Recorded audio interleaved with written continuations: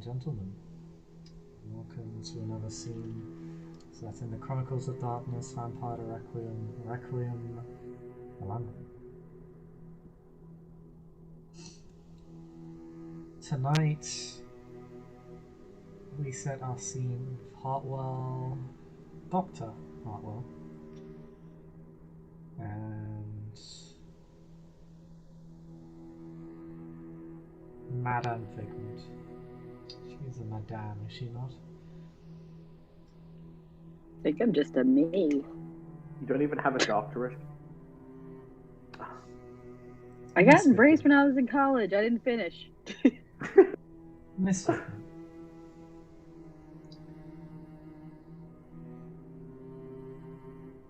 Are paying a visit to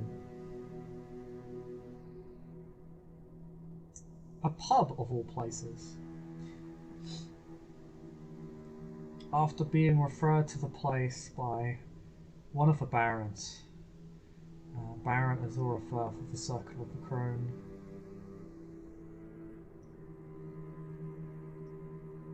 diplomat of away and kin.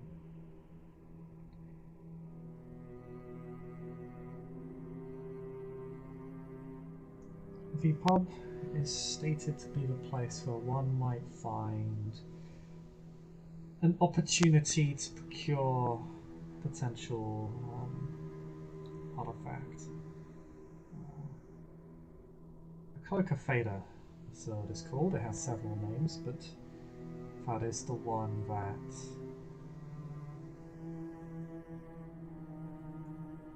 Heartwell has taken to using most frequently.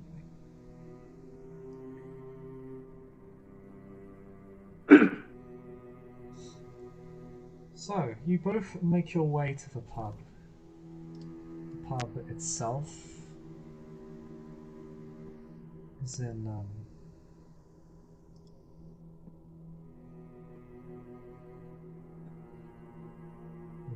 I'm gonna get this now. I'm gonna mispronounce this.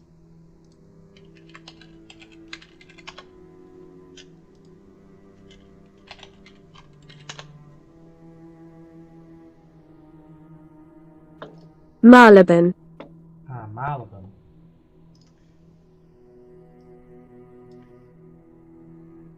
On the far edge of the city of London. Pardon?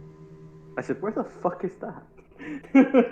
It's just it's the area where the Sherlock Holmes Museum is, and Madame Tussauds is. Oh, okay.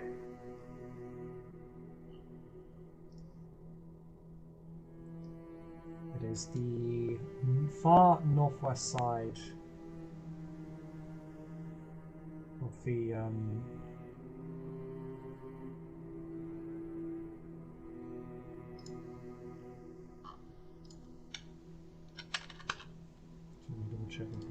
yeah, far west. Not the city of London. Sorry, Westminster. Yeah, I thought it was a bit too far west. Just south of, just to the south of Camden, actually. It sort of exists in an intersection between Westminster, the city of London, and Camden.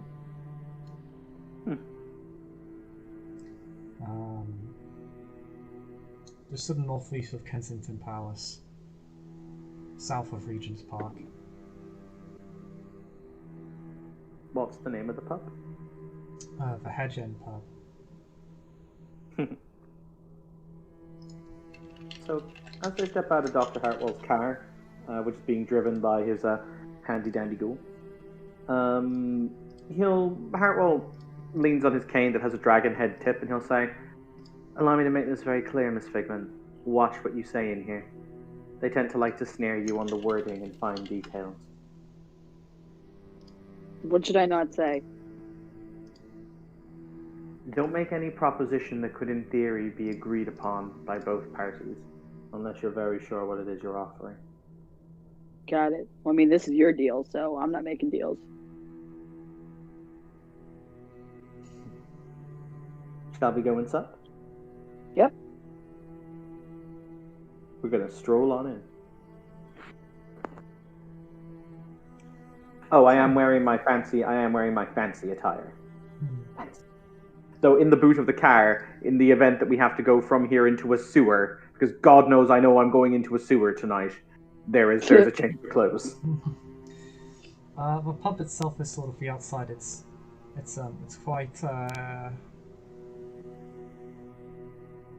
it's quite old-fashioned, but the outside is like it's a bright blue with the name Hedge End Pub and big brass letters on the front. It looks quite large, and when you walk inside, it very much is.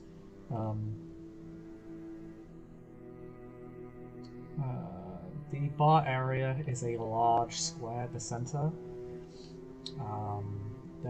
Besides it is a stairwell that leads upwards to a second floor. Sort of, the second floor is sort of where you can look down on the bar area. Fancy.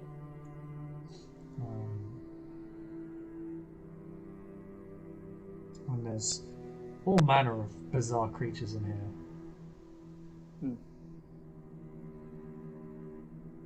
I was going to say, Hartwell said that he'd help the person who was involved in setting this place up set it up at the time. So I assume I've been here before. Yeah, it's a place where a lot of supernaturals can be found, and you know that only other supernaturals can find it. To mortals, this place is nothing. It's not there. Oh, did you tell me this? Did Hartwell tell me this before we got here?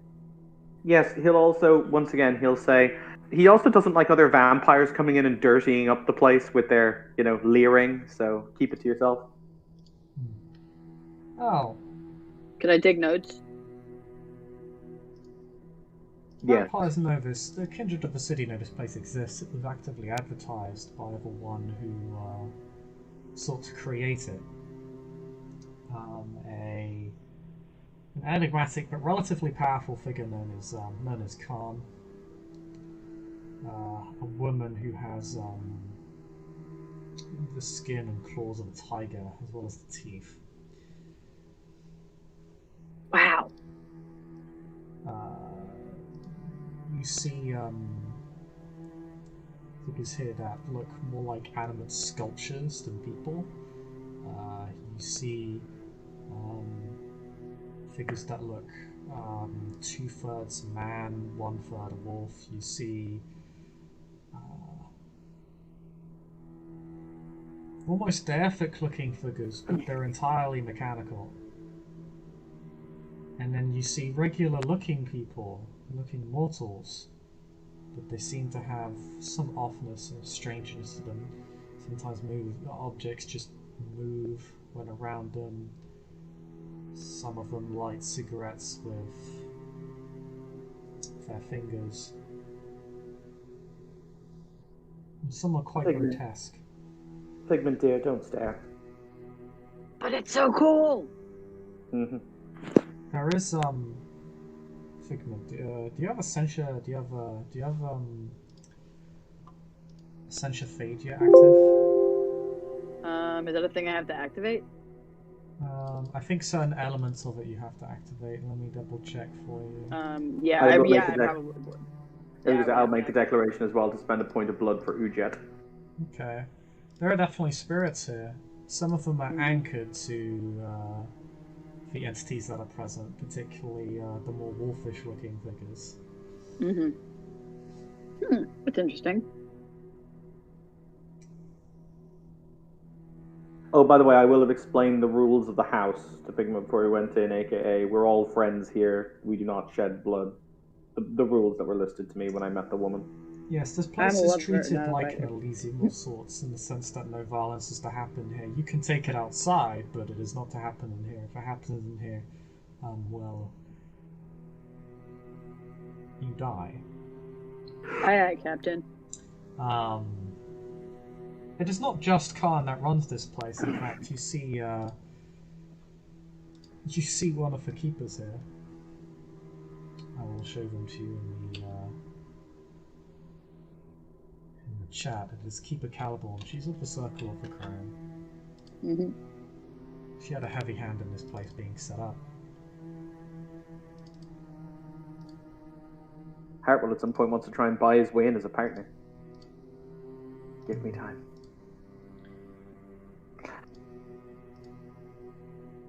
Hartwell is going to approach the keeper, and he's going to give her a polite inclination of the head. Keeper Caliborn, a pleasure to see you again.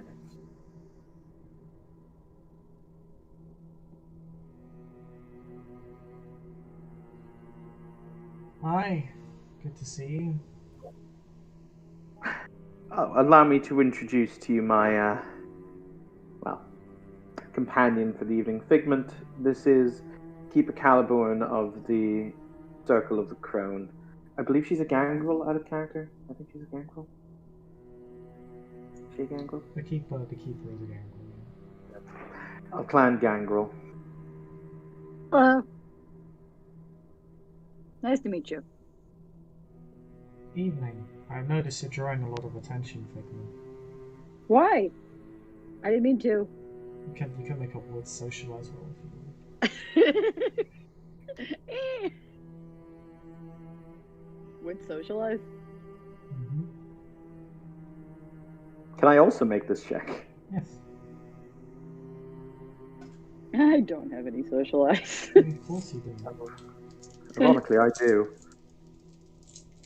Don't suppose I could do expression or empathy instead, could I? No, this is about knowing the crowd, and that's pretty much always socialized. That's fair. I know nothing about this crowd or any crowd because I basement. Yeah. I do have a success, Chris. Okay. You noticed a figure. In fact, Figment, I don't believe you need to do this if you've got Yeah. vitalized senses active. You mean acute senses? Or are you talking about aphasia, whatever? Essentiophagia? Or... Essentiophagia, yeah. Oh, yes, I do. Yeah, I activated that. Mm-hmm. It's cost a vitae to set up, yeah. Yeah. So... Yeah, I said I did that. Where do you want me to mark that, by the way? Pardon? Where do you want me to mark that when I do that? In Scene Roller, or...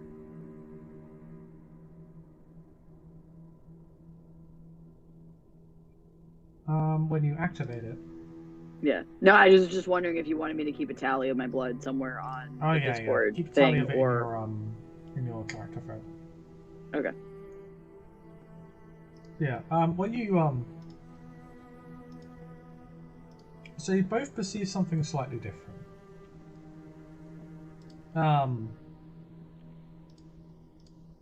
You see, a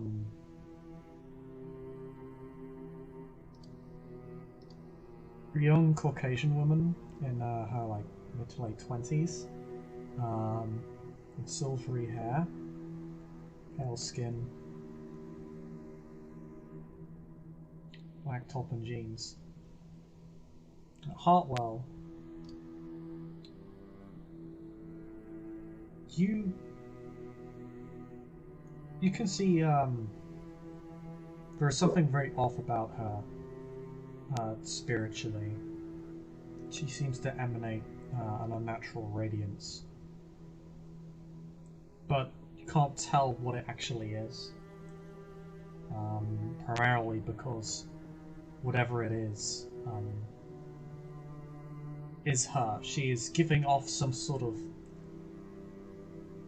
ephemeral energy in Twilight. But she is physical. Figment, you also see this person.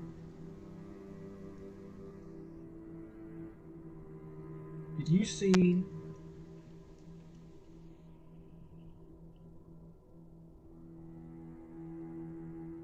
a very strange and deathly looking thing overlaid on her form. You would call it a ghost, but it looks too distorted, too far removed to be a simple ghost, at least not one that resides within your cemetery.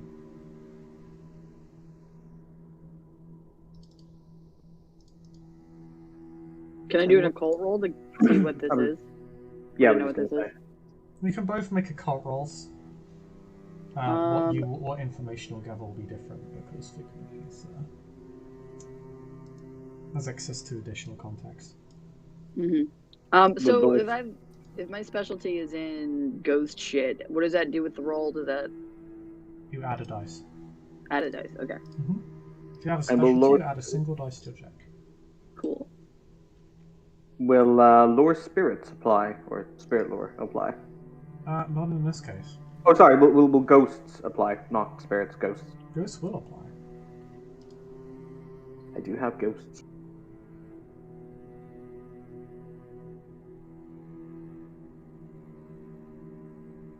How do you give something the 9 again quality, Chris? Pardon? How do you do the 9 again quality? You mean like via the dice roller? Yeah. I think it's...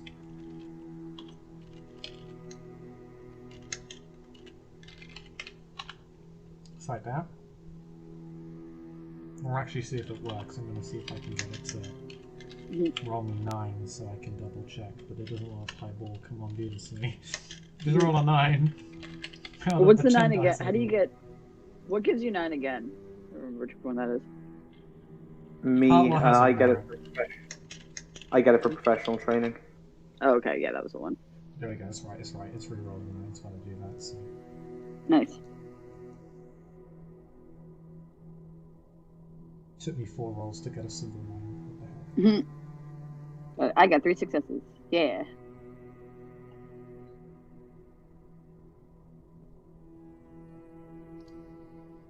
Ooh, 4. Oh, wait. 1 away from the... Where are you rolling, Figment? Dice roller 1? You're above me. Okay. Okay, but if you get a lot of successes, not quite exceptional, it's a fair amount.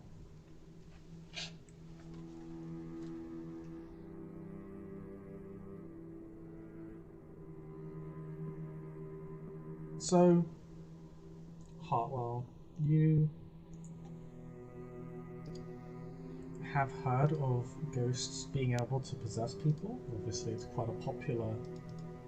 It's a myth in popular culture. You know that spirits can possess people, although it's a lot more difficult for them to do so. And even for ghosts, they're often better at controlling objects than people.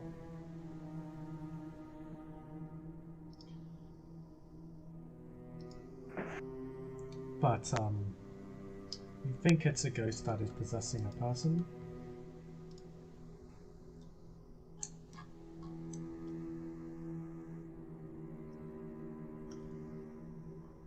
Now,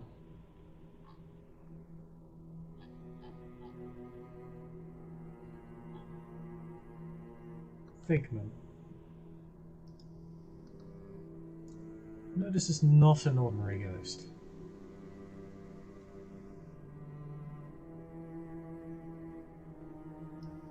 It's too...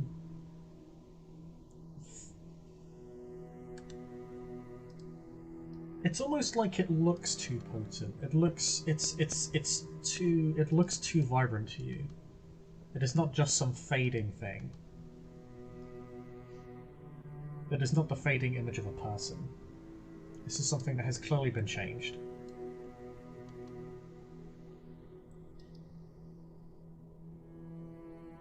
So, like, something changed the ghost, or...? This is not a regular ghost. You've actually heard of this, although such instances of them are rare and are considered very dangerous, particularly to you. You have heard of ghostly entities that call themselves geists. That are known, like other entities, like other spirits, to make pacts with mortals. And they become, both of them, something different. You're looking at someone who's not really a ghost and not really a human, but something that sort of walks the liminal boundary in between that. Would Geist usually possess a vampire? Or is this somebody different? This isn't the vampire we're talking to. Vampires can This be is not the possessed, vampire. but it is very rare. This is not. You're not looking at a vampire. You're looking at a model person, like a human. So this isn't the gangrel that was talking. This is somebody else. No. Okay, gotcha. No, Okay, just I've checking. got their image on the what you see. It's just okay. a regular woman with silver hair. I'm sure that this is all fascinating. But However, Heartwell. I was just I need to finish the description. Heartwell. I thought you were done. Sorry, friend. Oh. No, Figment, you have no, it was the woman in the what you see. She has what appears to be a geist overlaid over her form. She does not appear to be a wholly human or wholly undead, or rather, it's two entities that are effectively linked to each other. You could call it a possession, but you've heard that it is more of a two-way street. One of the more mutually beneficial pacts that you know of in the world, if you could call it that. Okay. But you know they're also you are quite vulnerable to them as a dragon rescue.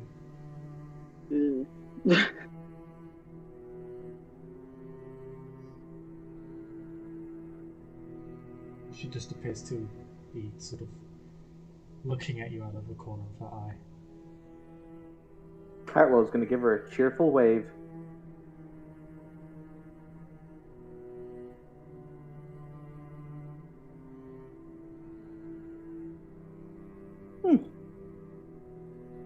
Fascinating.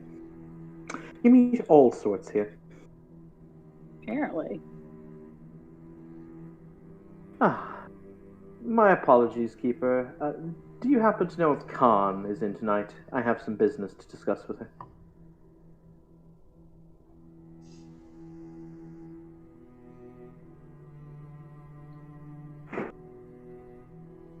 There she is. Her office is on the second floor. Thank you. Come along, Figment. We can deal with your impending doom later. What do you know about my impending doom? I don't know. When people stare at each other like that, it generally means impending doom. I like to be a little more optimistic about it. Uh-huh. Up we go to the second floor.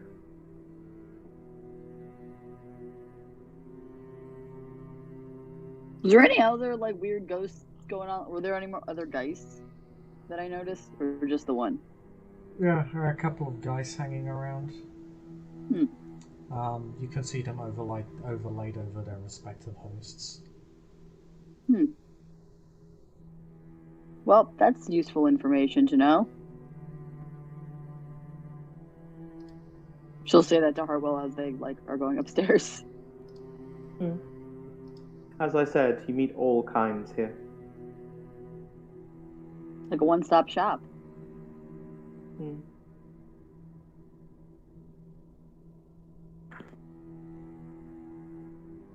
Ho, ho, ho, to the second floor we go.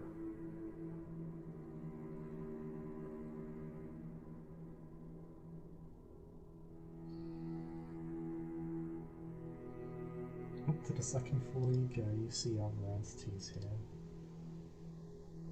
Much like what you saw on the floor below. Drinking various brews, not all of which look particularly natural.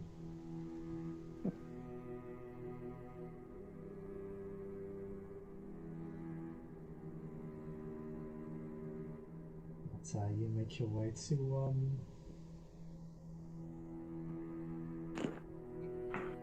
the office of the proprietor of this fine establishment. I knock on her door with my cane.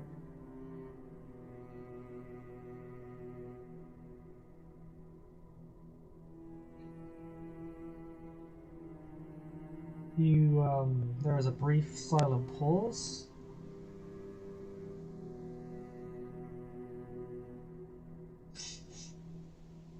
And then you hear a muffled sound from the other side, saying, "Do come in." Hartwell will open the door, hold it open for Figment, and step inside.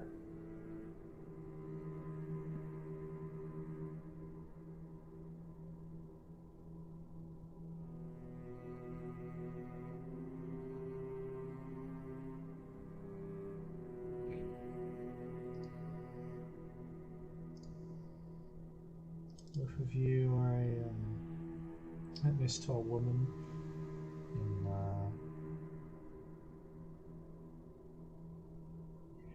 in casual office wear, bearing the features of a tiger, sitting behind an ornate desk. On the walls there are pictures with moving paintings and moving frames. The light above you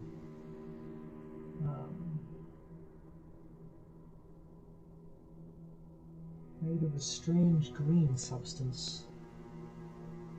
Almost looks like it's made of jade.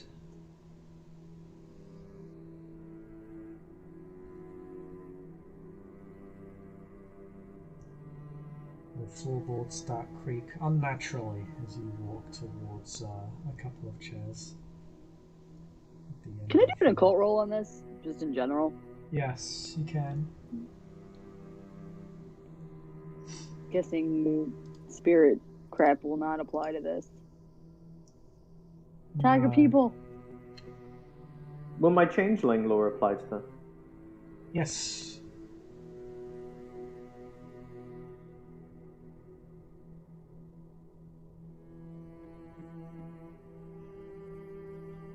Ooh, 4 successes. So close. Ha! Ouch. Oof. I don't That's care that kinda much. funny. Okay. So,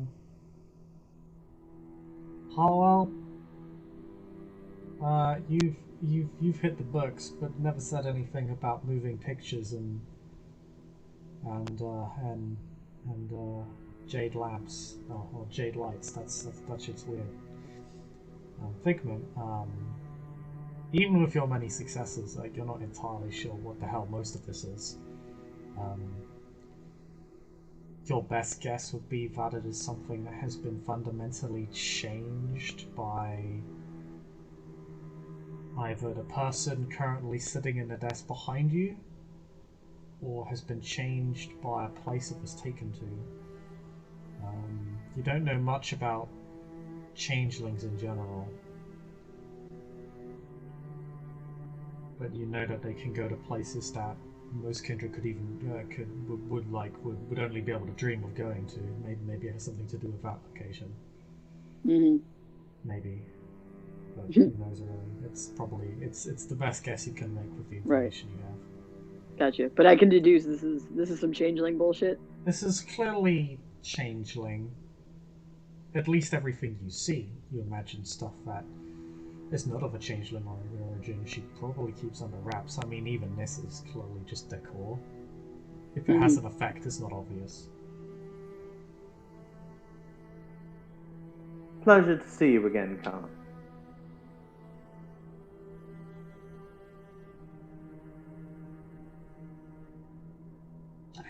Pleasure, Hartwell, brings you to my door with this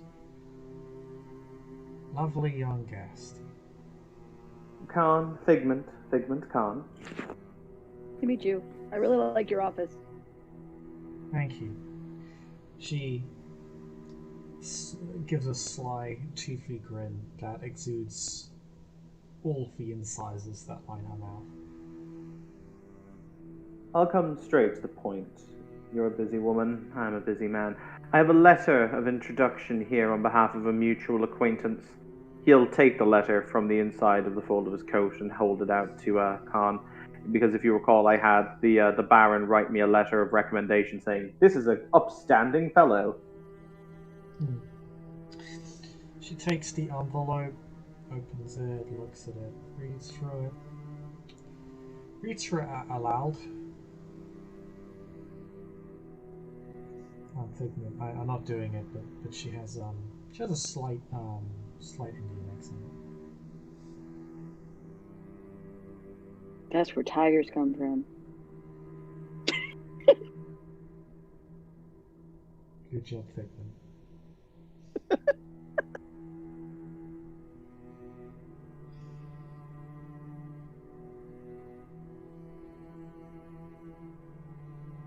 I'm currently in the process of seeking an item and was led to understand you might be the individual to help me find it. And time is very much of the essence, and I'm happy to pay for your service.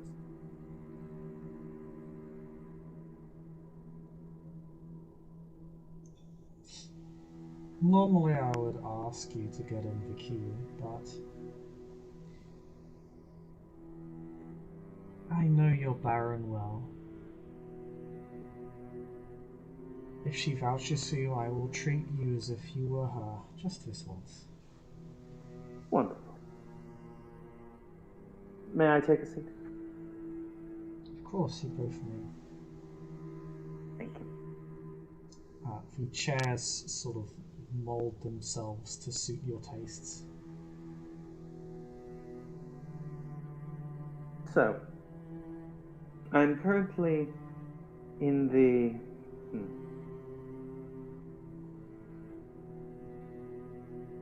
hunt for an item that has been lost to my kind for several centuries, an item by the name of the Cloak of Fada. I have hunted down many false leads. However, as I said, I'm led to understand that you're the best in the business.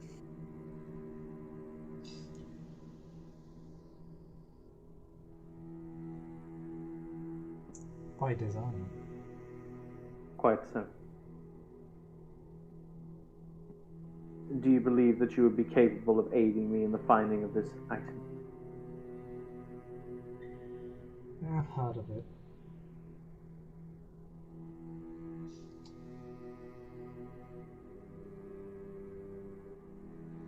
The Bank of Red Teller has had it on their list for some time. Can I make another roll on the Bank of the Red Teller? I have no idea what the hell that is. Kind of raises an eyebrow. What's that when it's at home?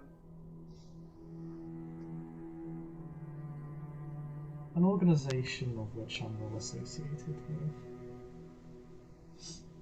Fascinating. Sometimes they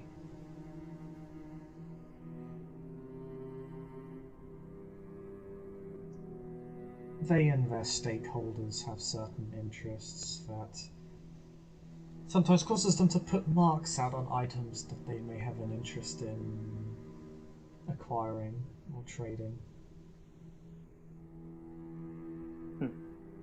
But they're primarily a financial institution of sorts. They deal in many currencies. I should think so. So, would you be willing and able to help?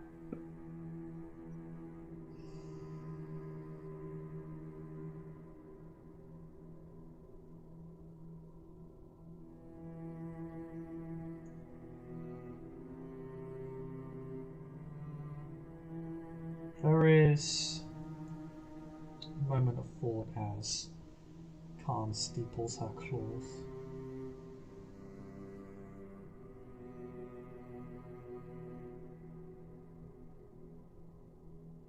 You hear her growl, but it's almost as if she's humming.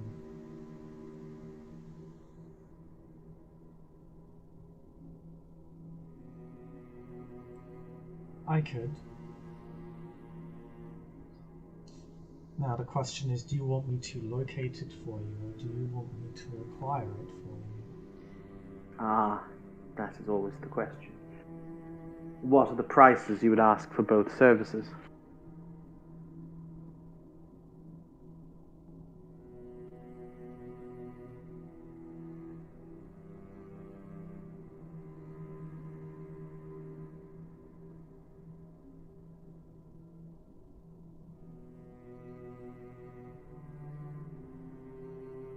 The cloak has been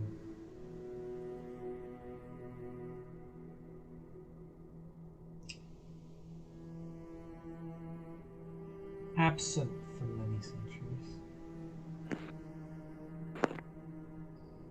It has been missing since before I was what I was.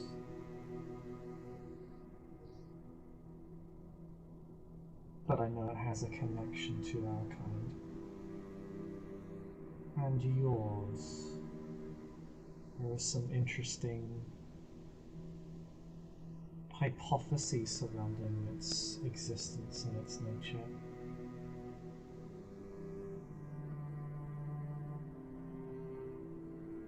I know the Consortium of London has sorted it out in the past, but have not been able to locate it. Is the Consortium something I can make a dice roll? Oh no, I know what they are. They're the mages. Yeah, you know that consortium is a mage term. Usually an association of mages over an area, usually a city. Sort of like a Princeton. Mm-hmm. I even know one of their members, Miss Locke.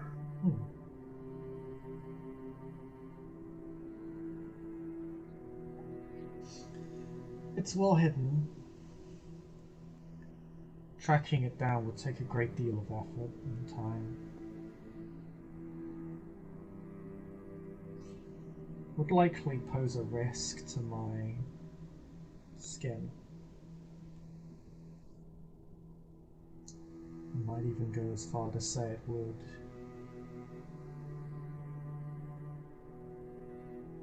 result in me attracting some very unwanted attention, which raises the stakes considerably for me. Absolutely.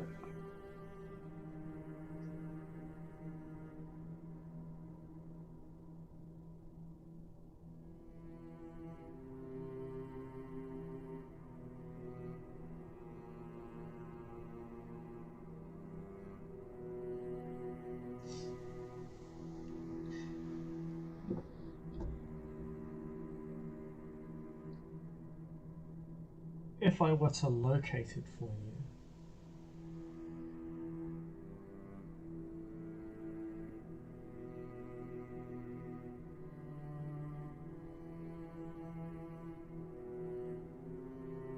I would have you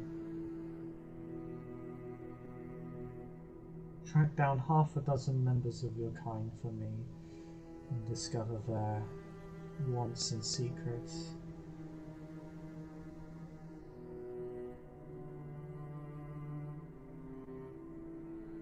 At a time of my choosing, of course.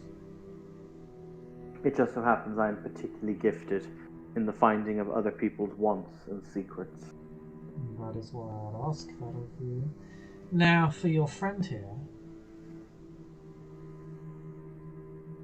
Hello. Good evening, Miss Figment. Good evening.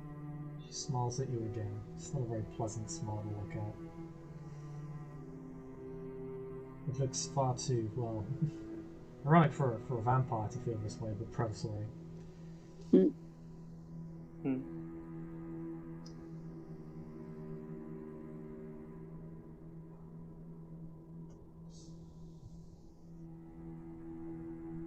I would simply have you procure an item for me at a time of my choosing. The item to be chosen at the time I choose to send you in a given task. That's very vague. It is. She doesn't factor into our agreement, Khan. She's here merely as a witness.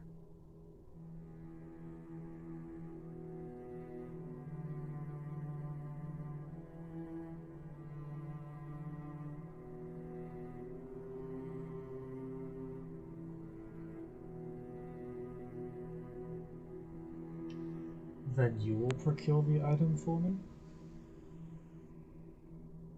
She is better suited to it than you. So clearly you know what the item is, so why don't you tell us what it is now?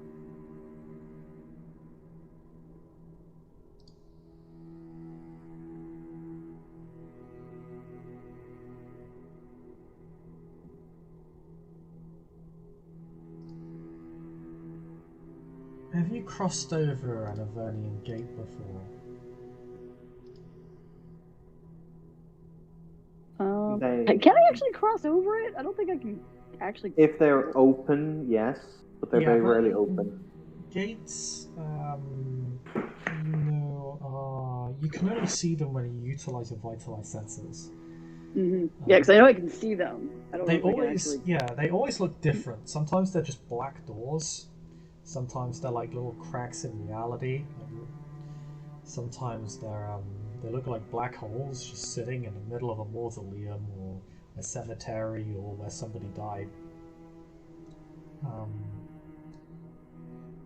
Sometimes it literally is like an elevator to hell. They always take different forms.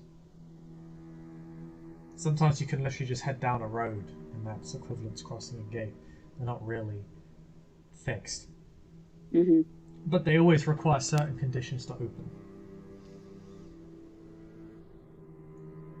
The Avernian Gate is most often opened via a violent showing or a showing of death.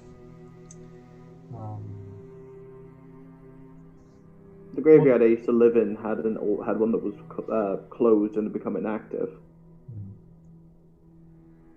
Oh, you used to live in a graveyard too? Yeah. You're aware that sorcery can open them, and is one of the more reliable ways to get them open. And you know that they can. There are more esoteric means of opening them, but it tends to vary from gate to gate. And usually opening them is a one-way street. It's difficult to... what opens them on one side does not always open them on the other. Right. Which can make getting in and out very, very dangerous and difficult. Because if you get trapped on one side, well, you're on a clock. Right. The underworld is inhospitable to most things, including ghosts. Yeah, that's what you know. You know that an Avernian Gate is effectively the gate to the underworld. There's not really a way to get to the underworld via other means, although there are always stories of beings that can do it, usually quite powerful or reckless. But it is possible. It might even be possible to create one, but if there is a way, you're not aware of that, but you think it can be done. I can give you a page reference if you like. That's it in character. I know.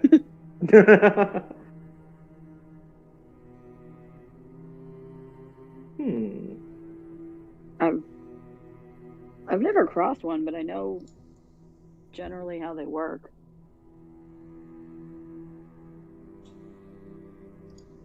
Is that what you're looking for? She wants something from the underworld.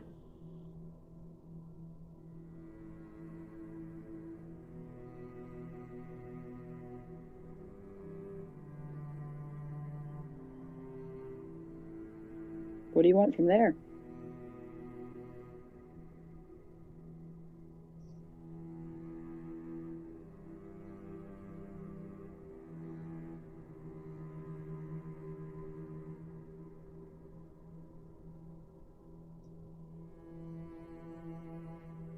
I want a very particular sort of memento. Coincidentally, Khan, I assume that any agreements we make with you are kept in the utmost privacy.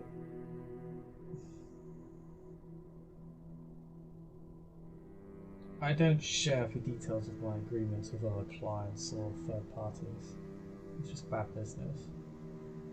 In that case, if you wouldn't mind, I'll take my colleague here. We will discuss for a few moments and then we will come back to you with a decision. Is that agreeable? Yes. I'll stand up. I suppose to add a bit of clarity to your discussion, what I'm particularly interested in seeking is a death mask. Oh. That sounds like it's an occult roll ghost time. Yeah. Yeah. Hmm. This is quite an esoteric item, so you won't have much information on it, but you will know some things, largely for yourself. Hmm. Does the spirit specialty work on this? Oh, pardon? To roll to know what a death mask is exactly. You can get a general idea of what it is. Okay. But would the spirit specialty work? Add a dice to it. I think when you say spirits, you mean ghosts, don't you? Well, what would be, because like, yes. I might change that for you. Say ghosts, because spirits is Yeah. spirits encompasses a lot of things. There's spirits of the shadow, which are completely different from ghosts. Okay. And then you've got other spiritual beings like Strix and the like. So I'm just going to change that to ghosts for you. Okay, that's fine. So either way, does that apply to this? Yes, absolutely. Okay. One success. Okay. I agree. So this is the term Thickens perhaps heard more than Heartwell, but what you know is effectively the same. A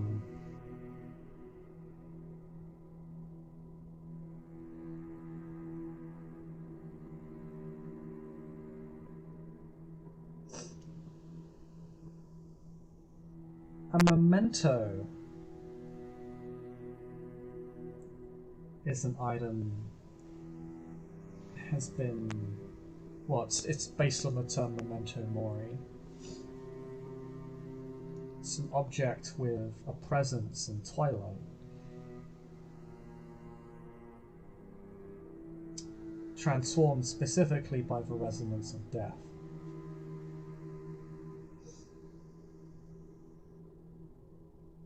Usually possessed of some form of power or ability. Usually highly unnatural, often quite dangerous.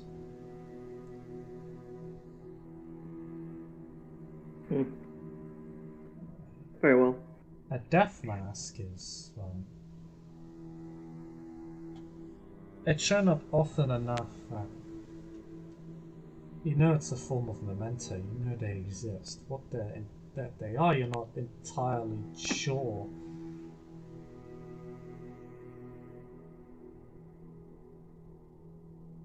This would be something that would be located in the underworld. Ghosts, Figment, hate them. Or are terrified of them. Others yearn for them. Some think it can turn them into something more.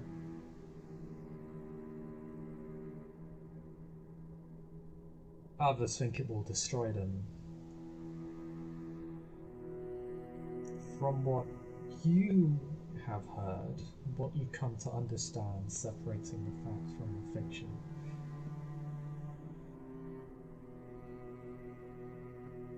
is that death mask isn't perhaps always a mask, but it is something that will definitely change a ghost, or even a geist.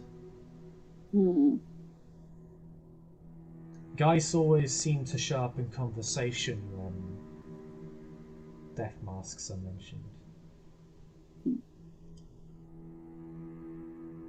So could I deduce that if she wants a death mask, that's something she could use to control or change or potentially destroy a geist or another type of ghost?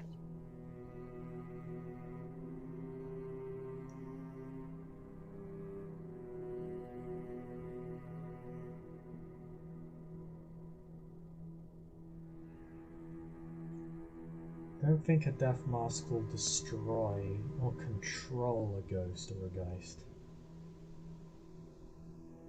But if it's something they're scared of, like if they are scared of it and she is in possession of it, that could be a maybe not literal control, but control in like maybe a way of wielding power over them. Perhaps it is.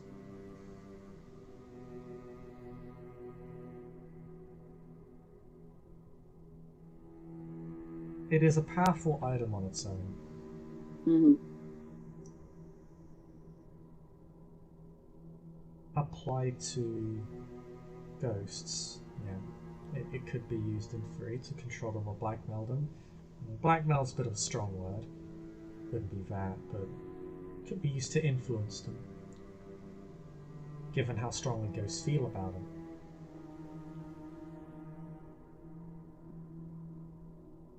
It could definitely be used like a carrot or a stick. Mm-hmm.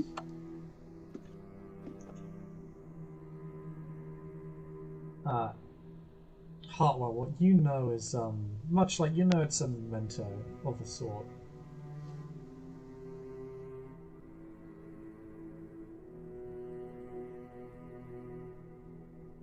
You've reading up on it. They appear to be masks or sculptures of a sort.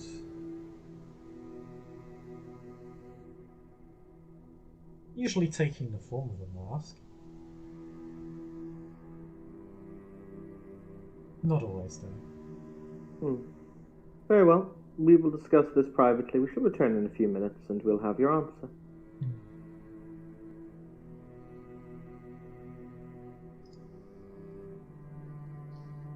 Hartwell will stand. He offers a hand for Figment to help her stand up because it's the gentlemanly thing to do.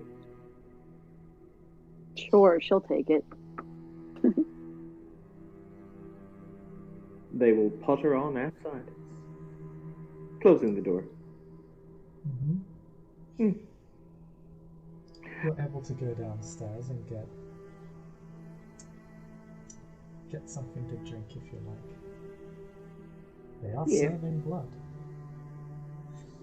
Let's get some blood. Good old blood. Hartwell will pay for the drinks. Important question.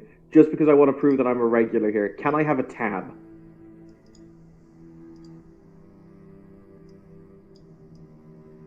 You can have a tab. Yeah. It doesn't come in money though. Oh, what's coming?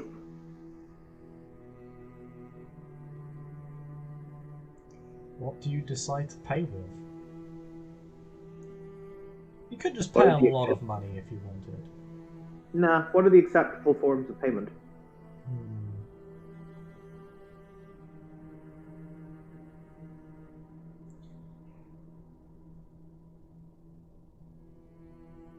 You could offer a minor service to the owner of the establishment. You could give over a vial of your own blood, which would suffice for all drinks for the next century.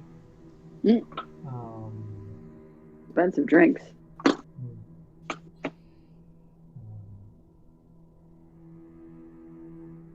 could also pay in what's called a token, which is effectively a minor supernatural item.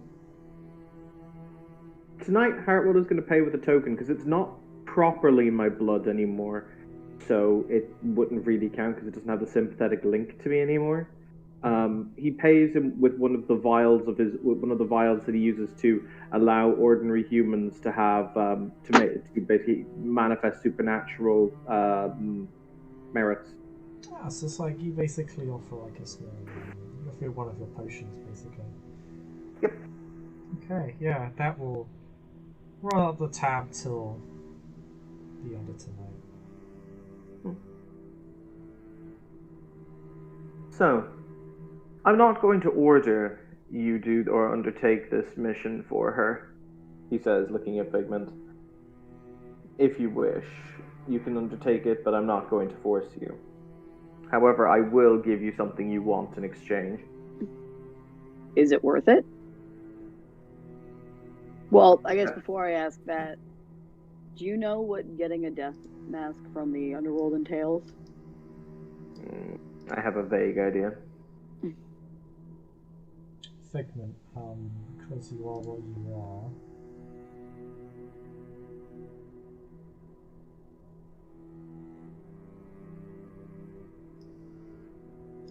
You know it would be...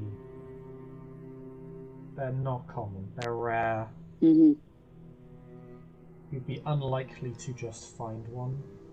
It would likely be guarded. Yeah, I was asking that more rhetorically. Like I.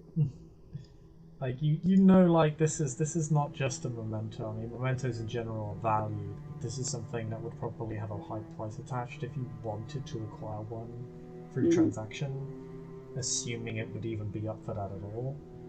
Right. I mean, I was going to say, as with my contacts, with my underworld status 5 or my occult status 5, I don't assume I've ever heard of one of these being on the market. Oh God, no. There you go. And I can buy, and I can get pretty much anything that's on the market, can't I, Chris? You can get most things that are on the market. Some things are just not available in, at least in the physical world. Mm-hmm. If you don't want to do it, I can contract someone or something else to get it for me. Well, it's not. The point is not me wanting to get it or not wanting to get it. The point is whether or not the thing that you want is worth it. These are not easy to come by. They're not easy to find, even. Finding them is hard enough. Getting to them is harder. It sounds like she potentially has a particular one in mind, meaning that she maybe knows where it is and has some information that could lead me to it a lot easier than just wandering around looking for it. So my point Chris, is not necessarily... Oh, sorry. Continue. I was just saying, my point is not necessarily whether or not I am willing to do it. The point is this thing that you want and is the information she's going to give you worth giving her an item of that much power and the amount of effort it would take to find it for her? Because she's asking a lot. So, Chris, can you explain to Terry, because obviously I have a vague idea, but Heartwell could be much more eloquent on this than I can, how important / rare / valuable the cloak is, because I know out of character Heartwell has spent a decade looking for it. So the cloak is literally one of a kind. It would be mechanically, if you were to give a total to it, it would be a 5-point artifact. Like it would count as a 5-point merit to possess. You can't really apply a resource total to it because it's not available that way. But it would be, it's like it's not even on that scale. It would be like it would be equivalent to a 5-point merit. Like it would be a big deal to possess, to say the least. It's a one of a kind item, so there's nothing like even death masks are more common than this. Death masks aren't particularly common at all. They're very, very rare and only show up in the underworld. This cloak is literally there is only one of its variety in the world. What it even does isn't particularly well known, and would be pretty invaluable to whomever possessed it. They would also become a huge target, in theory, if they were known to possess the cloak. Yes, big deal. And what does it actually do? You asking me that or Hartwell? Both? Okay, out of character. Why did I tell you that?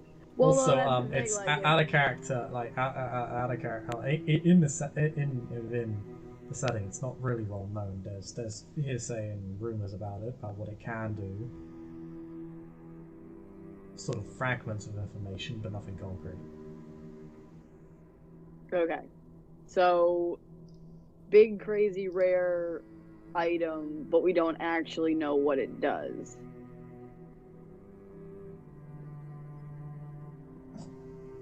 I beg your pardon?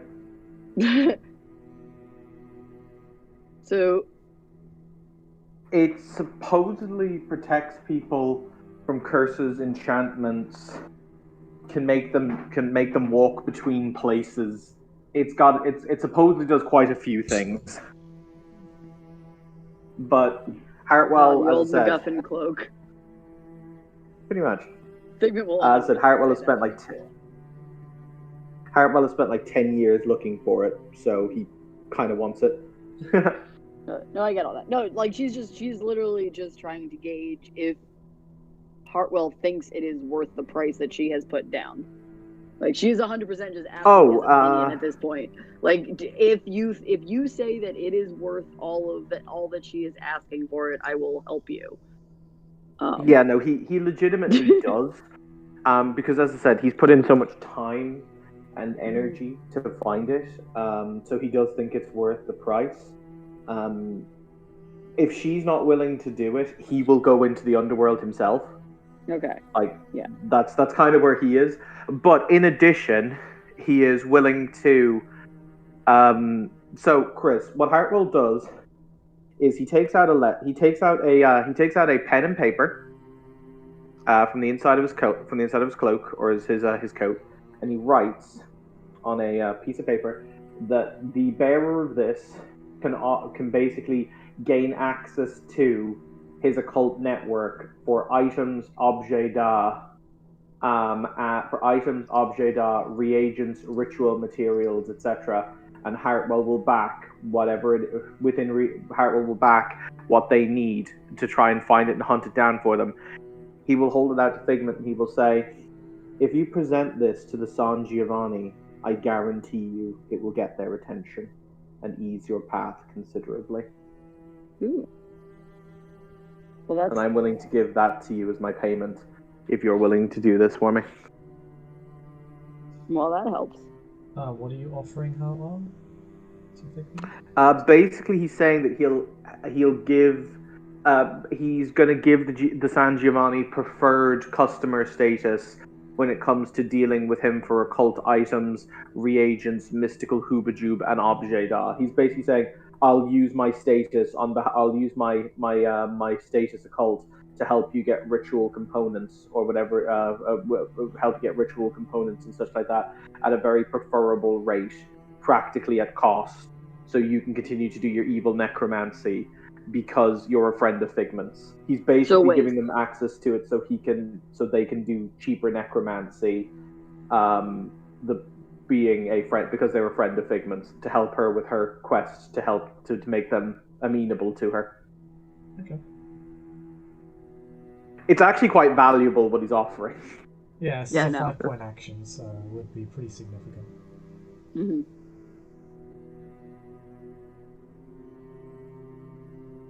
As I said, in theory, as a member of the Ordo, as I believe this is directly for the good of the Ordo and for our abilities to advance our scientific and mystical understanding, I could make this an order. I'm not doing so. I'm leaving this up to you to decide, but I will pay you. You will be paid handsomely. And I will speak on your behalf publicly and very highly, because I do want this cloak. Mm-hmm. So, yeah. Yeah. All right.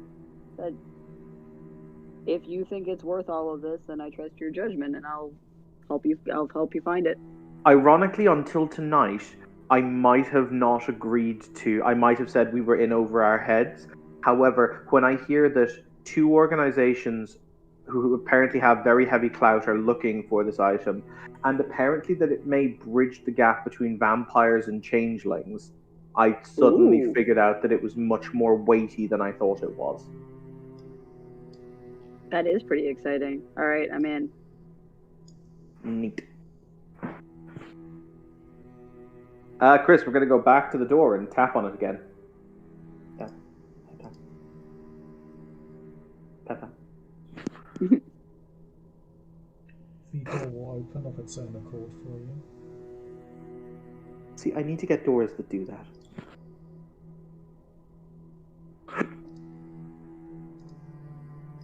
We're agreed, he says as he walks into the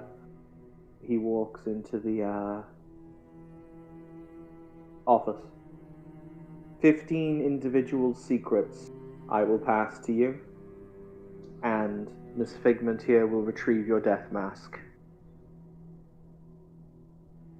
However, this is all after we have verifiable information as to where it is the cloak is located, you understand?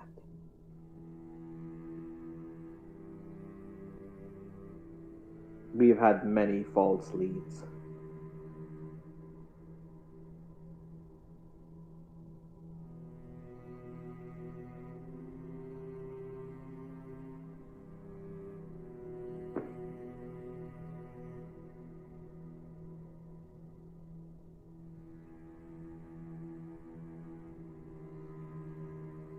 I will accept this bargain if you do.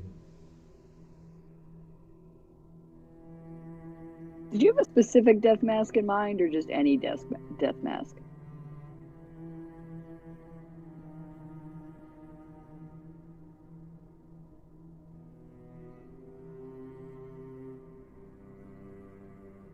They are...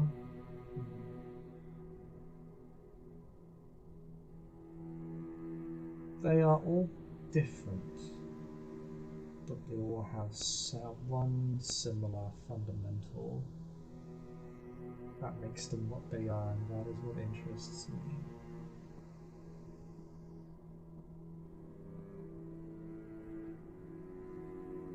By the way, Chris, because I'm from Ireland. We do fairy deals all the time.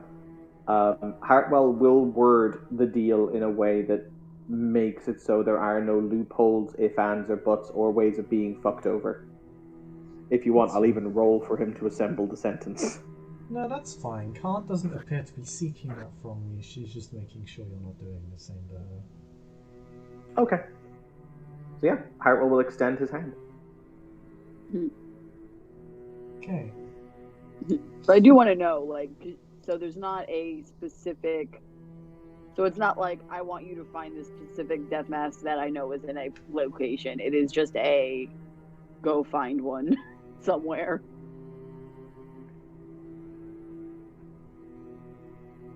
She said that at the time of her choosing, you would find an item of her choosing. So she actually has to select one and tell you where it is.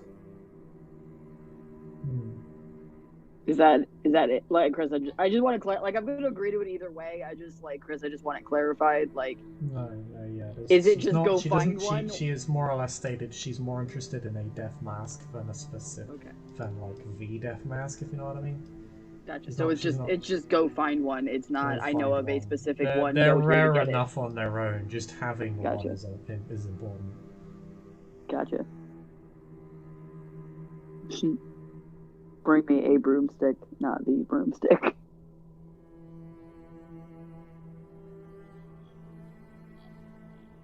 So yeah, Hartwell will extend his hand to shake hands.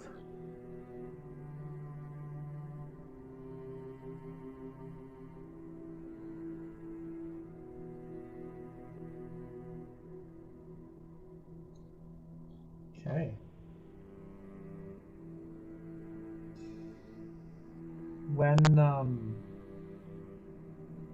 When you shake hands, the moving paintings stop, and all of the figures within the paintings turn to face Khan and Hartwell, witnessing the shaking of the hand. The floor stopped creaking, and the chairs return to their original form. The jade light that rests upon the ceiling, or hangs from the ceiling rather, and shines its light on both of them as the weird takes notice of the deal taking place.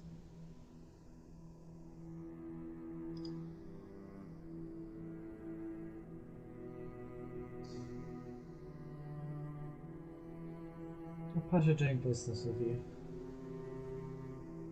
Same. You have my number to contact me when you have more information. This may take me a few weeks. Quite fine.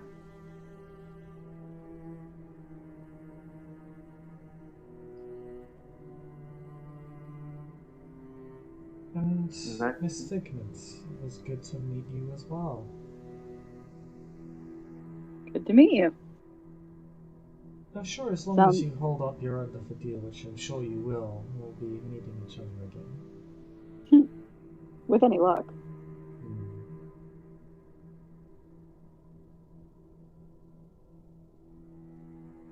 I'm curious what you consider good luck.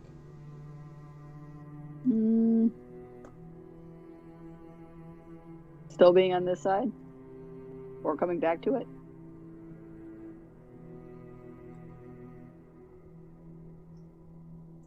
I suppose that is good luck. I suppose we'll see if you make it back to this side then.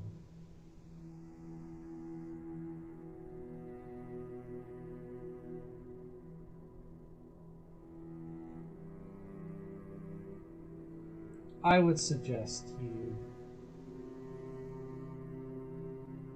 Well, I was going to suggest you read up, but then there's not much information on what I've asked you to seek out. But there's always something. Perhaps those of... Well, I'm no expert on kindred lineages, but I'm aware you're of a very specific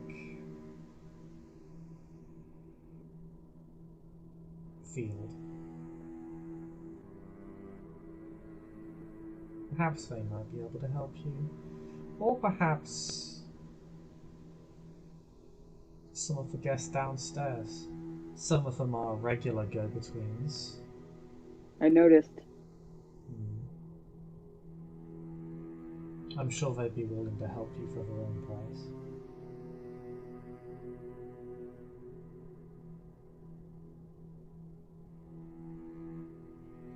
Perhaps it might even lead to something, dare I say, positive or altruistic even. Maybe.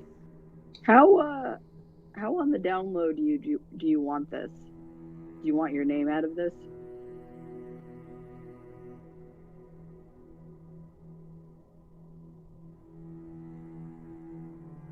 My guests aren't stupid. If you go around discussing the acquisition of a death mask, they're going to assume that it is me that wants one. After all, why would you want one? I could think of a couple reasons. True. So it's no secret that you've been looking for this item for a while. I generally keep my wants to myself.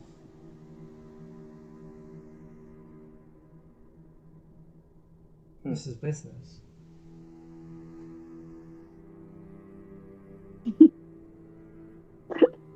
But you are not one that would be able to make the most use of it.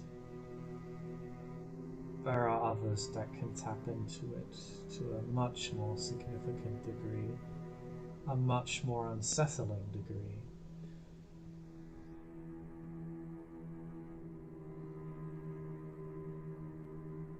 There's always somebody with a plan.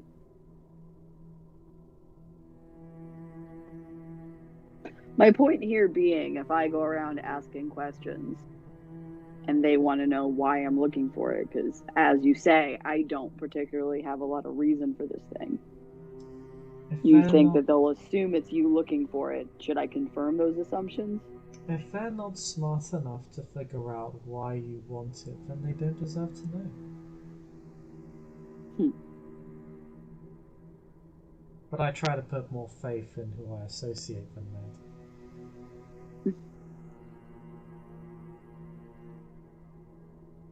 Like yourself. And if the payment that is asked for information leading to it, if it's something that if they're looking for favors from you specifically,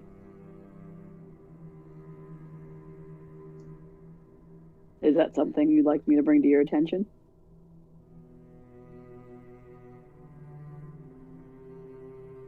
All I expect you to do is acquire the death mask, but information is always appreciated. I always try to reciprocate when people give me a heads up. Mm-hmm. One last important question that I think should be answered before we leave. Are you securing an open Avernian gate when the time comes, or do we have to open it ourselves?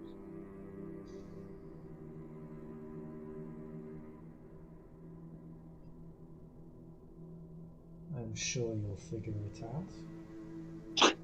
Very good at straight answers, are you? God damn it, Chris, and like that I have to spend 4 XP. So mad. It shouldn't What, be for opening particularly Avernian hard gates? for you, Miss Figment. This is your area of expertise. Yeah. Well, no, I think the question we're both trying to get at, Miss, is if we get information. So, let's say I go downstairs, I ask one of our friends about it. They say I would be willing to take you / show you / give you information to allow you to acquire this thing, but I want Khan to do something for me. Is that something we should come to you with and say, I can get this, but I need something else from you? Or do you not want to hear from us again because until we have it? Well, look at it this way, Figment. I have effectively employed you to acquire the mask on my behalf. I'm not going to pay somebody else to do your job for you. And while it would be nice to know who is trying to defraud me in such a way, and I would respond by granting you equally valuable information, it is ultimately not a part of our arrangement. All right. This is... Understood. I'm glad to hear that you understand. You should consider yourself lucky. I'm not normally this patient with people.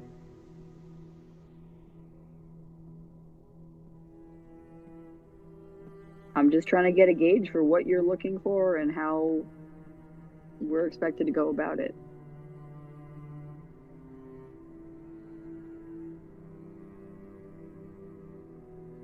Dare I say, Heartwell, she's even more eccentric than you.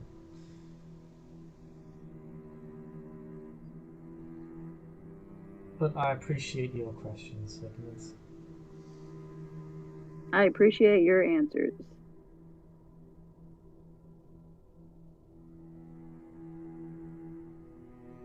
If you would. You are not my... You're not my only clients this evening.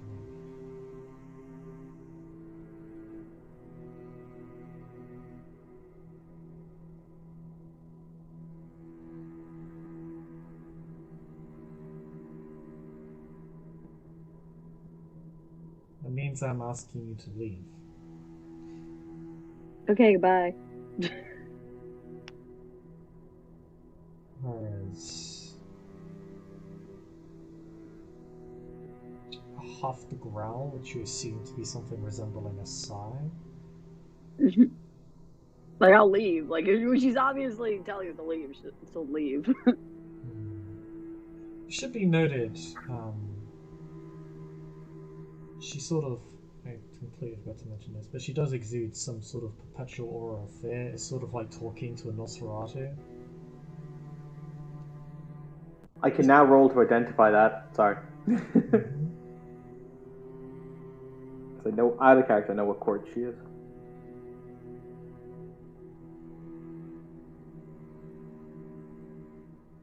Give it. Well,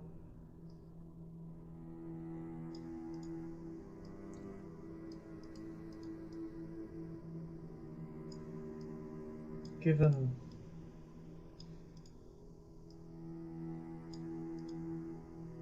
you You would assume she is tied or betrothed to something resembling fear, given the way in which the Fae acquire and make use of their abilities.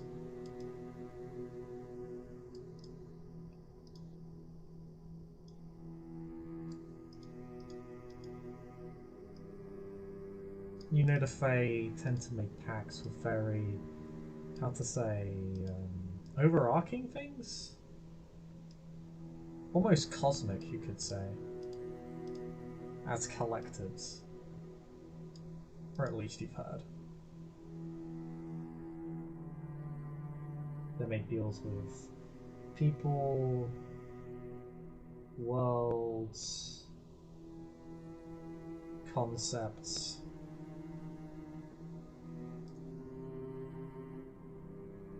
Okay. Maybe it is one of those concepts.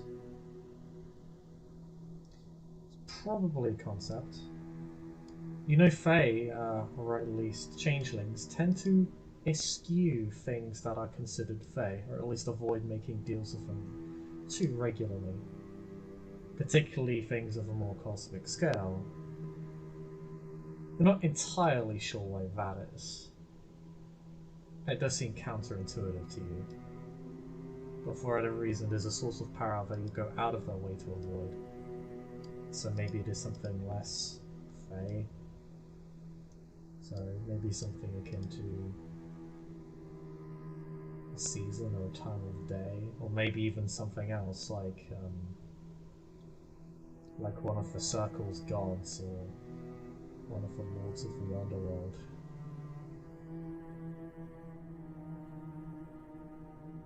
Heartwell is quite happy to walk downstairs now.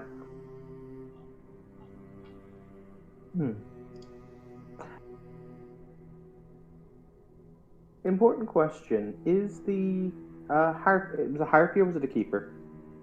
Keeper. Yeah, the keeper. Is she still kicking around? Yeah, she's just about to leave. Before she leaves, Hartwell will walk towards her and she'll say, "Apologies, slight bit of business, if you don't mind. I have a proposal to make to you, my dear keeper."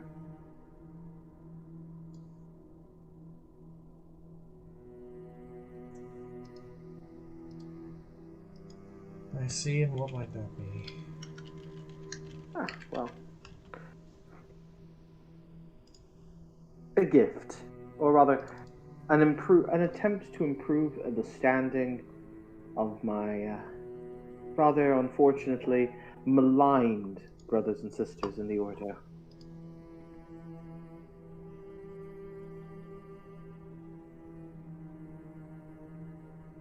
He smiles.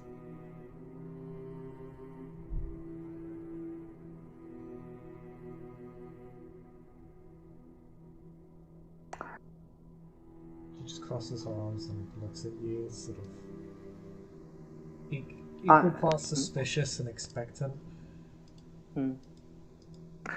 I was merely hoping he will reach into his pocket and he will procure a small envelope. If you would be so kind as, when you are next in Her Majesty's most august presence, to present this to Queen Morgan with my compliments. I'll happily roll a persuasion check to get her to do it if you'd like. What are you giving? It is just the offering of a gift that is worthy of the Queen's station.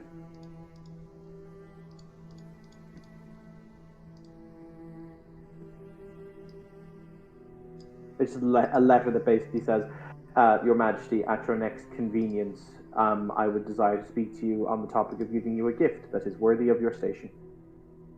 He's basically asking the keeper to present her the letter when she sees her next, because chances are she'll see her long before I do. The keeper says, "I am not your messenger, girl Heartwell. You can offer a gift when you have one to offer, and you can do so on your own behalf." I never claimed you were my messenger, noble keeper. I merely suggested that you might do a service. I'm more than happy to do a commiserate service for you in exchange. for posterity, he's basically saying, if you do this, I'll owe you a boon.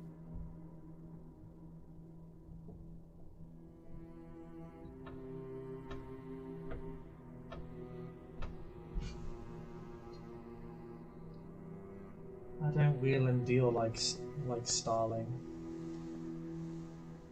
If you want something to deliver, if you want someone to deliver something for you, then you can talk to her. As you say. Well, it's been a pleasure seeing you. Evening. Good evening. Just walk out of the door. One of She the looks back. more mundane looking entities in this pub. She looks back at Figment like, God, she's a bitch.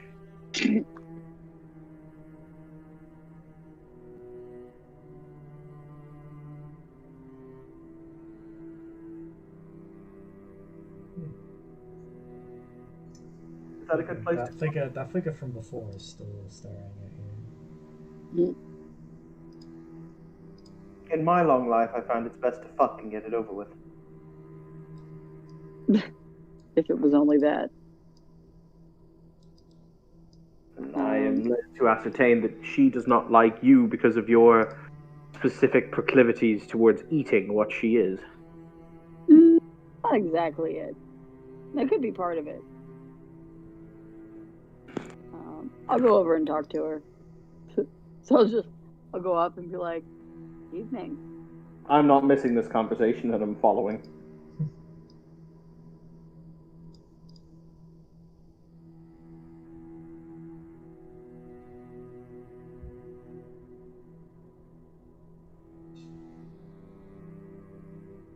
What is it?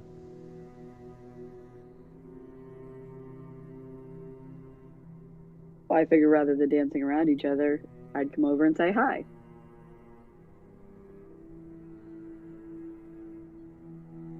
When she speaks, you see her form, but also her do speak. Sometimes they seem out of sync. You're not sure if one is speaking for the other or the other way around.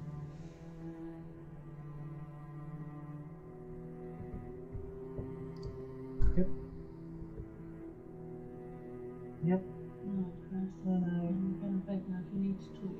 Okay, that's fine. Night. Night. Night.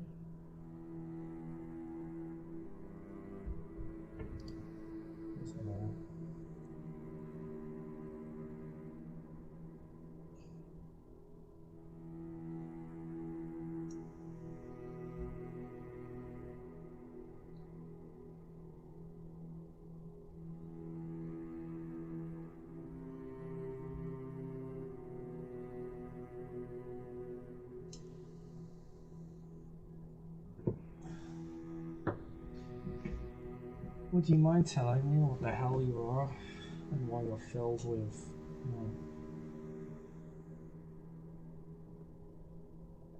Juice. No. Delicious juice.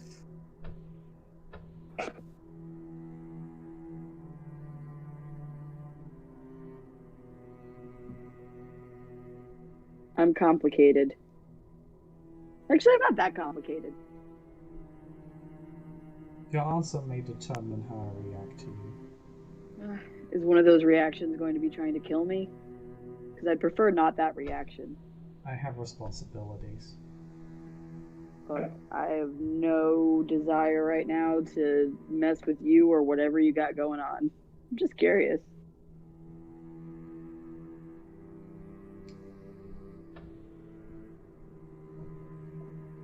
My kind have a particular affinity. I'm not here looking for a fight. For ghost blood.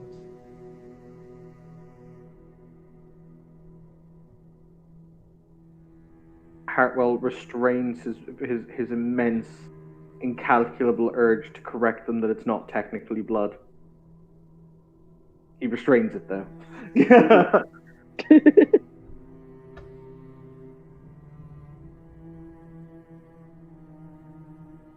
If you talk to the ghosts around town, Most of them will tell you that I'm fairly, it's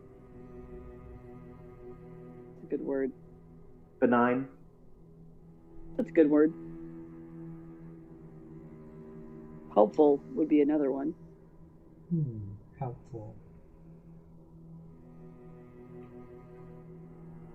Why would they say that about you? Because I've made it my business to try and help wherever I can. I'll see if that's true. You're welcome to. But you've got an interesting setup here. I've heard of this, never seen it before.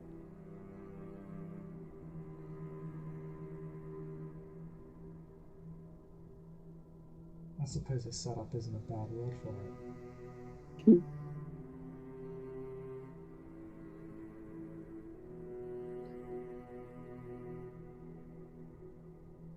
You say you've made it your business to deal with ghosts. I've made it Helping the mine, ones. although it came on more suddenly. Sorry, what did you say? She said you say you've made it your business to deal with ghosts. I've also made it my business to do so as well, although it came on more suddenly, she says. Literally, she'll kind of glance between like the overlay and the mortal. Hey, Chris, can I use Auspex 2 on this person?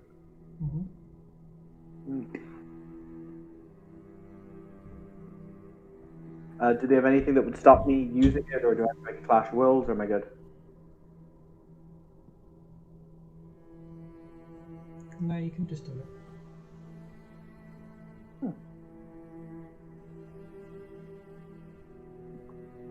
I always need to find the fucking dice roll for it. I think it's intelligence I think it's intelligence, empathy, plus Auspex, but I can never remember. Give me 2 seconds.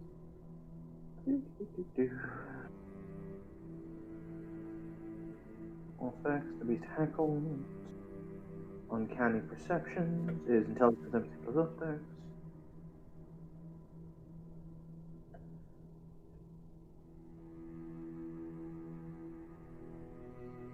Okay, so I get to ask 3 questions. Okay. What were the circumstances that she made her pact with her geist? You don't know she has a ghost. Well, I'm calling it a geist because I know what it is, her spirit. I don't think you even know she's possessed. Yeah, I did. There were rolls earlier. Right, you know she radiated deathly energy. You can make that assumption if you like. In that case, we'll do the easy question first. Why is it? What is the nature of her spiritual possession / connection?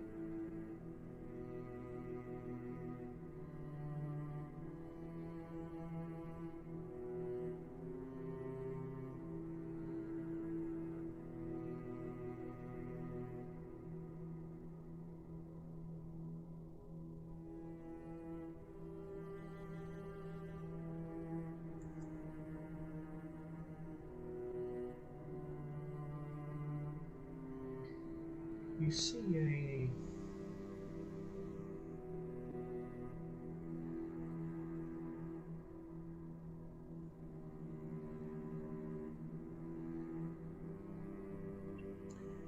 two hands reaching out from opposite sides of your vision. One clearly spectral, holding in black.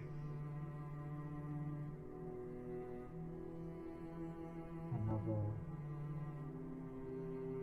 cut and ball, and quivering, and they reach out to each other before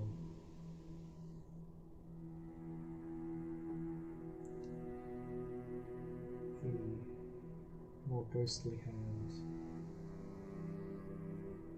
twists its wrist is tied to an open palm, allowing the brown hand to rest within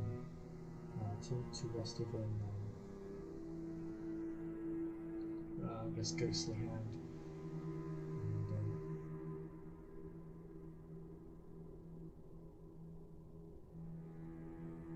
And, Neat. as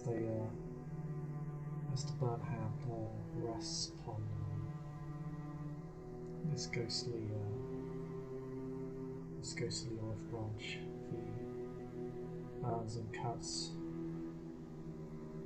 in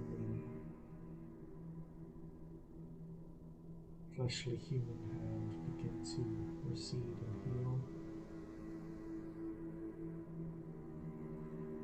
The next question I'm going to ask is, what killed her? He's taking the bloody burned hand to be she was dying.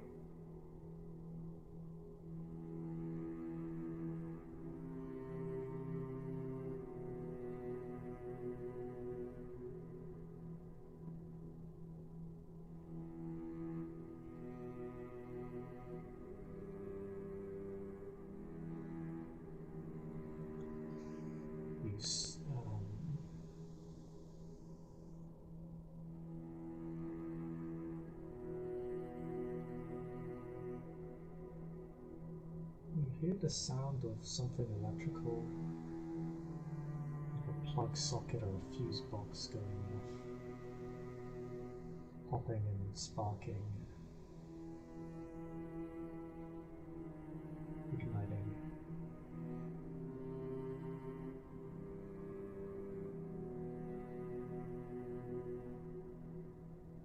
The fire spreads pretty rapidly, and you see its trail following it as it approaches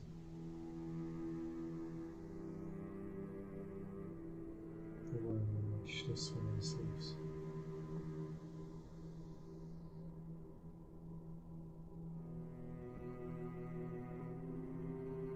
And the last question I have for you, Chris, which is going to be the interesting one. What is this woman's thoughts on the items or phenomenon known as death masks?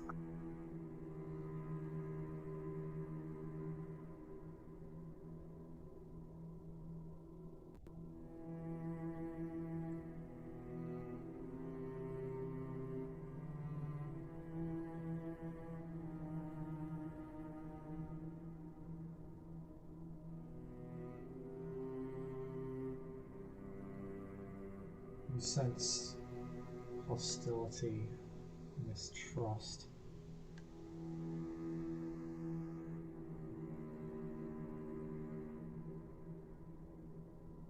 Anger.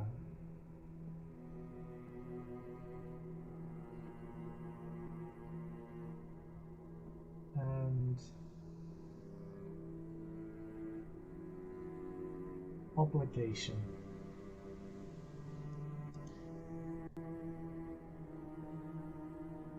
These are not just the thoughts of a woman. These are the thoughts of both of them. Interesting. Look, Hartwell won't say a word. He's just going to stand there and listen to their conversation. Continue by all means, Terry.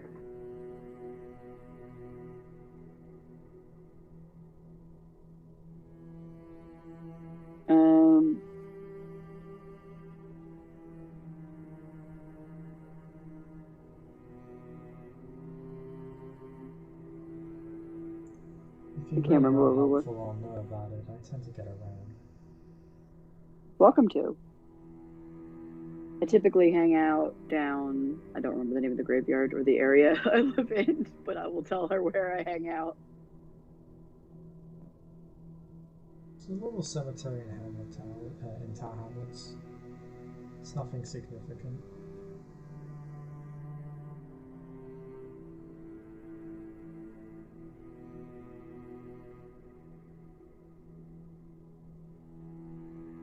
I like to believe the best in people. then again, I've been granted the chance to do so, so why not?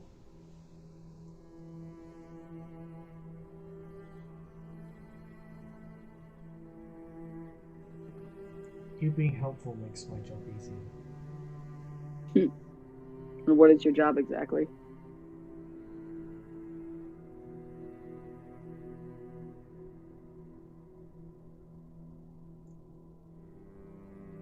How about you take a guess first?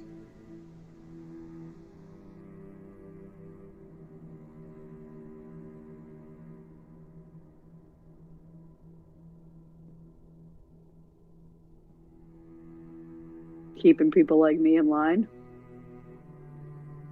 Partially, I don't really deal with others a lot when they come here. But that's about the extent of it.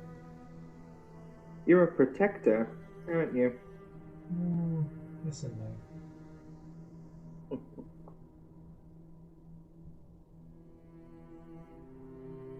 I'm more like an undertaker.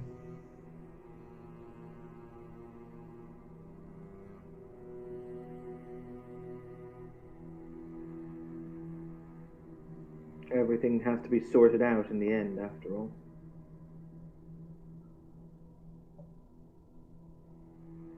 I move things along. Things go badly for everybody when things don't move along. And there are a lot of things that are a lot of things. That's a good word for them, actually. I don't have a lot of respect for them. There are a lot of things that are interested in things not moving along. That is true. Profit from things not moving along. It's been that way for a long time. I'm not happy with it being that way, so I'm seeking to change it.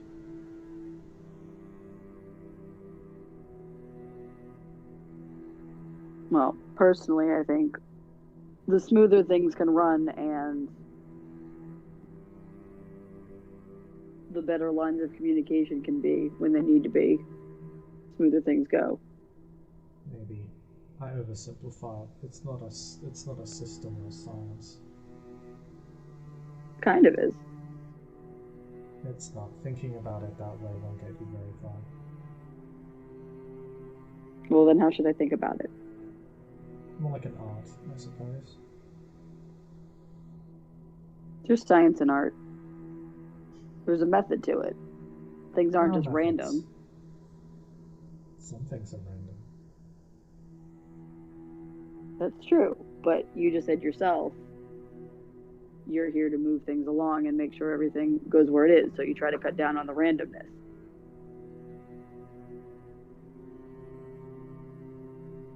But why they need to be moved on is random. Sometimes. But how they're moved on is methodical.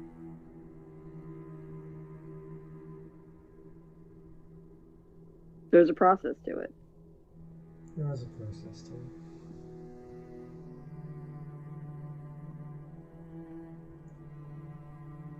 We're trying to render it so clinical.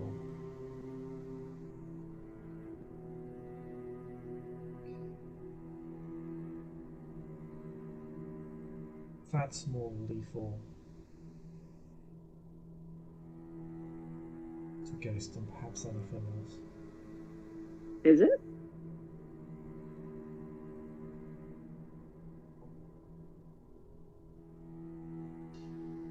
When I was younger, I think I saw it as more the spectacle and more the art.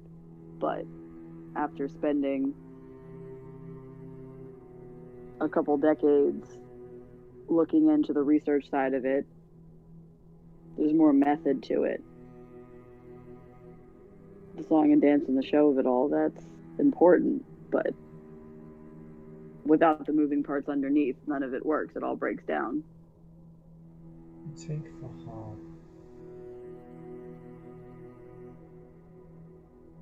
Out of ghosts, out of death, and you're just left with emptiness. It's a muscle. It's just a spiral staircase downwards.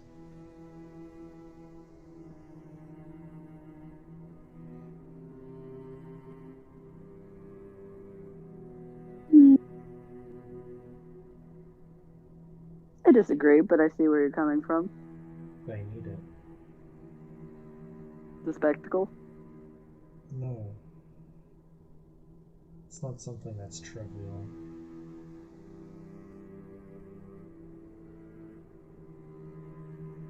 I don't think spectacle is trivial at all. I think that's a piece of it. What I am saying is that one cannot take the meaning out of somebody's life. Of course not. I'm not saying that either.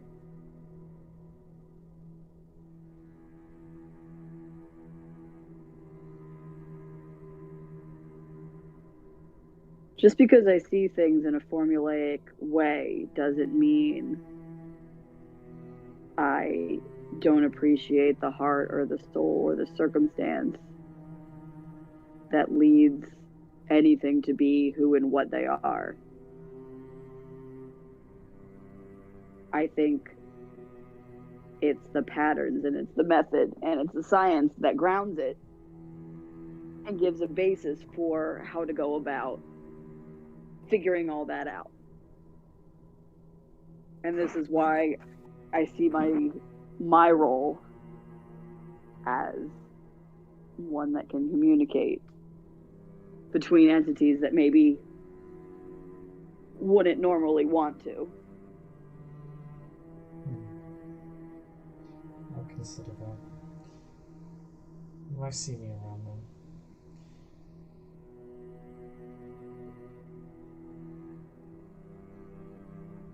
Well, I Well, expect you'll check some- my references, but you're welcome to come by my neck of the woods if you like. I will check your references. You're gonna be receiving a visit from me either way, I guess. My name's Silver. Excellent. It's because of the fucking hair. My name's Figment because I'm weird. Weird question, Bishop. In the vision I saw of her when she died, did she have silver hair, or is that something that happened after she died? Yeah, she had it before. Okay.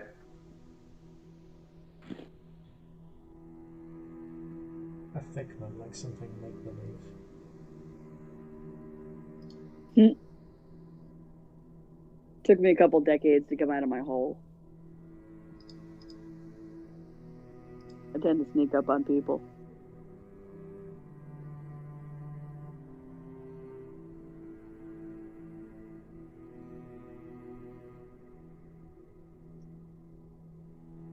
Oh, I think this has been a rather interesting evening. Shall we? Probably should.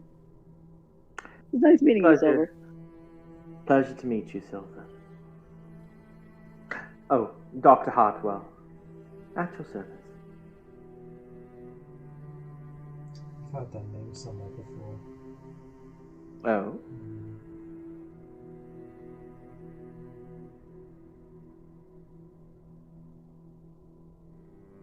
Where might that have been?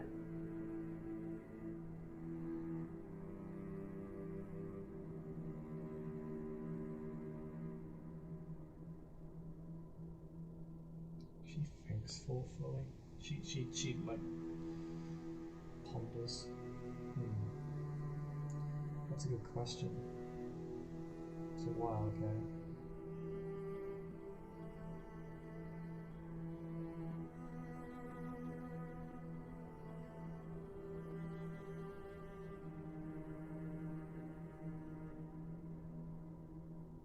Certainly hope for your sake that it's nothing to be concerned about. Did you just threaten me, Miss Silver? Oh, I don't know, did I?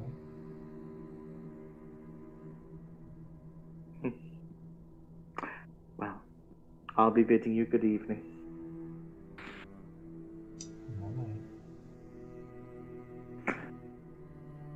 He turns, links arms with Figment, and walks away.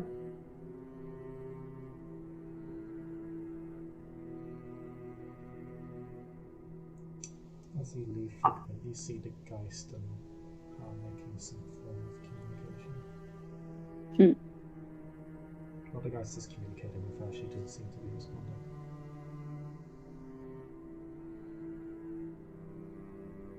I'm interesting. Chris, I've got a question for you. Mm-hmm. When it is I use when it is I use the followers of Set cult initiation 5, right? I assume the blood can be as old as it needs to be. Like once it's made a bane, it's a bane.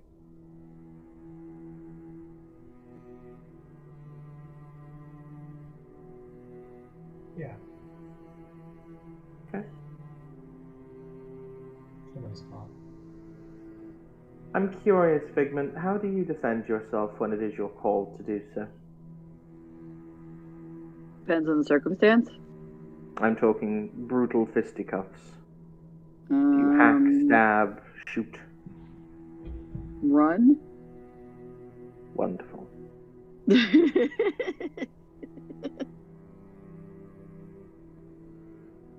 actually probably the most valid response, to be honest. Not wrong. I've got some tricks I learned along the way, but generally run is what I go with.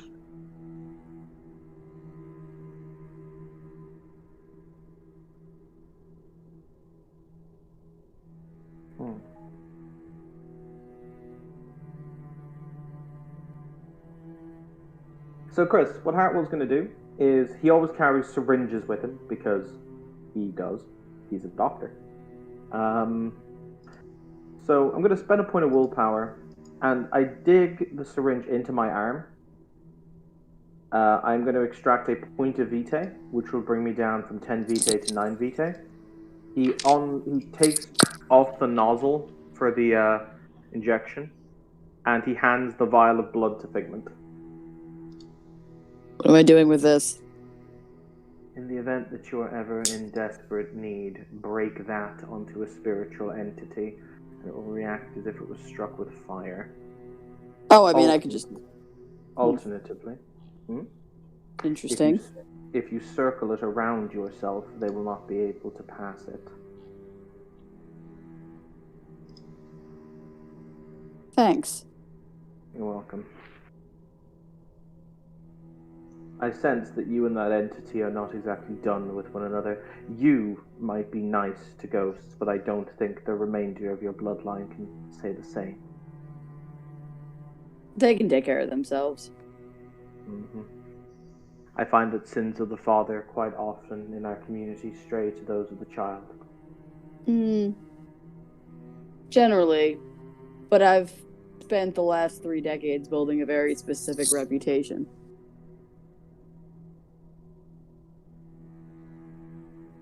And I hope for your sake it's enough.